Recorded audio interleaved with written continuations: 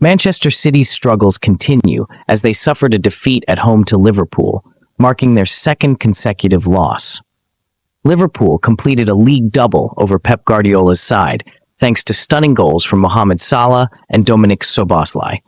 The result leaves City reeling as we break down how Liverpool outclassed them on their own turf. In the build-up phase, Manchester City opted to play out from the back, employing their signature positional play structure. Rico Lewis inverted from right back into midfield, forming a double pivot alongside Nico Gonzalez, while left-back Josko Gvardiol pushed high and wide, stretching the pitch horizontally. This setup meant City built up with only two traditional defenders, Abdulkadir Kusanov and Nathan Ake. While the midfield pivot of Lewis and Gonzalez provided central stability, and Gvardiol offered an outlet on the left flank. To counteract this, Liverpool implemented a disciplined 4-2-4 mid-block press, designed to disrupt City's progression without overcommitting. The first line of the press consisted of Mohamed Salah, Dominik Szoboszlai, Curtis Jones, and Luis Diaz, who focused on cutting passing lanes rather than aggressively pressing the center-backs. This cautious approach was intentional, as an overly aggressive press could have played into Pep Guardiola's hands, allowing City to bypass the press and exploit numerical superiority in midfield. Instead, Liverpool employed a hybrid man-to-man marking system, ensuring tight coverage while also intercepting key passing options.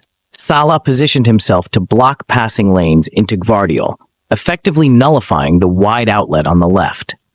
Meanwhile, Curtis Jones and Szoboszlai marked Rico Lewis and Nico Gonzalez tightly, limiting their ability to receive the ball and progress play through the central channels. This forced City to play wider, as Lewis and Gonzalez often drifted into the half spaces to create separation from their markers. However, if either Jones or Szoboszlai followed them wide, it would open vertical passing lanes into advanced players like Omar Marmoush or Phil Foden, creating a tactical dilemma for Liverpool. When Lewis or Gonzalez were not tracked, they found themselves in space to carry the ball forward or switch play to Kevin De Bruyne, who often positioned himself in the right half space. However, De Bruyne was quickly closed down by Luis Diaz, who shifted across to apply pressure and prevent him from turning or delivering dangerous passes. Liverpool's compact defensive shape and intelligent positional awareness ensured that City struggled to find rhythm in their build-up, forcing them into riskier passes or longer switches of play. When Manchester City successfully bypassed Liverpool's initial press, they shifted their attacking focus to the wings, leveraging the dribbling prowess of Jeremy Doku and Savino to exploit wide areas. Pep Guardiola's side adopted an asymmetric attacking structure, with Josko Gvardiol making an unusual underlapping run into the right half space, effectively operating as a free eight rather than his typical role as a wide winger or overlapping fullback. This movement created numerical superiority in central areas and disrupted Liverpool's defensive shape. On the opposite flank, Rico Lewis drifted into the left attacking channel, providing width and an additional passing option. Meanwhile, Omar Marmoush and Kevin De Bruyne positioned themselves as dual false nines or supporting strikers, just behind Phil Foden, who led the line as the central striker. Marmoush and De Bruyne played crucial roles in linking play, forming passing triangles with Foden and the wide players, while also making well-timed runs into the box to attack crosses or cutbacks. To counter City's wide-focused attack, Liverpool maintained their man-to-man marking system, but adjusted their defensive shape to stay compact and narrow, prioritizing the protection of central areas. By congesting the box, Liverpool aimed to limit City's ability to create high-quality chances from cutbacks or crosses, even if it meant conceding space out wide. This defensive strategy forced City to rely on low-percentage crosses from deep or intricate combinations to break through, which Liverpool's defenders and midfielders were well positioned to intercept or clear. Trent Alexander-Arnold and Andy Robertson tucked in narrower than usual, acting as inverted full-backs to provide additional cover in the half spaces and prevent City from exploiting gaps between the lines. Virgil van Dijk and Ibrahima Konate maintained a strong presence in the box, using their aerial dominance to deal with crosses, while Liverpool's midfielders Alexis Mac Allister and Ryan Gravenberch tracked the movements of Gvardiol and Lewis to prevent them from receiving the ball in dangerous areas. This tactical adjustment by Liverpool highlighted their ability to adapt defensively, sacrificing width to protect the most dangerous zones on the pitch.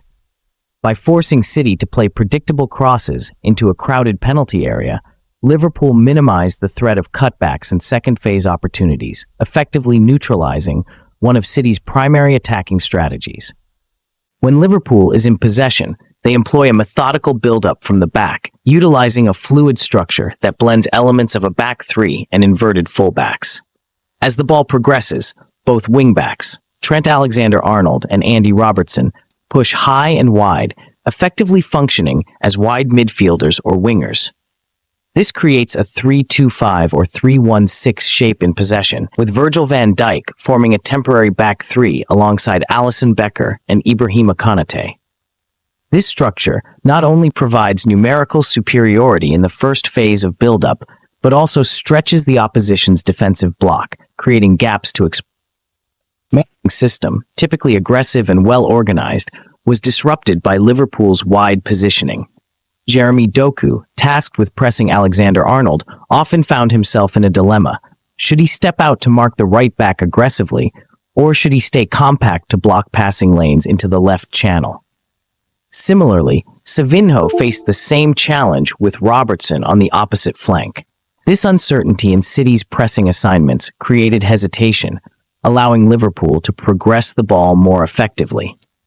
To counteract Liverpool's wide build-up, Pep Guardiola instructed his team to employ an aggressive high press with a high defensive line.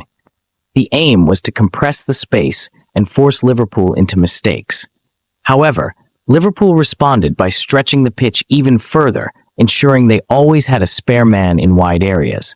This meant that whenever City committed players to press, Liverpool could easily bypass the press by switching play to the opposite flank or finding a free player in space. In midfield, Alexis Mac Allister was given the freedom to operate as a box-to-box midfielder, often pushing higher up the pitch to support the attack. When Mac Allister advanced, Alexander-Arnold would tuck inside from his wide position to occupy the vacated space in central midfield, effectively acting as an inverted fullback. This movement allowed Liverpool to maintain numerical superiority in the middle of the pitch, while also creating overloads in wide areas. Ryan Gravenberch, on the other hand, operated as the deep-lying pivot, providing stability and recycling possession. His role was crucial in breaking City's press, as he often dropped between the center-backs to receive the ball and initiate play. This positional interchange between Gravenberch and C. Allister ensured Liverpool always had passing options, whether through the center or out wide. Liverpool's ability to manipulate City's press through intelligent positioning and movement highlights their tactical sophistication. By stretching the pitch, creating overloads, and maintaining a spare man in wide areas, they were able to bypass City's aggressive press and progress the ball into dangerous areas. This approach not only neutralized City's defensive strategy, but also created opportunities to exploit the space left behind by their high defensive line.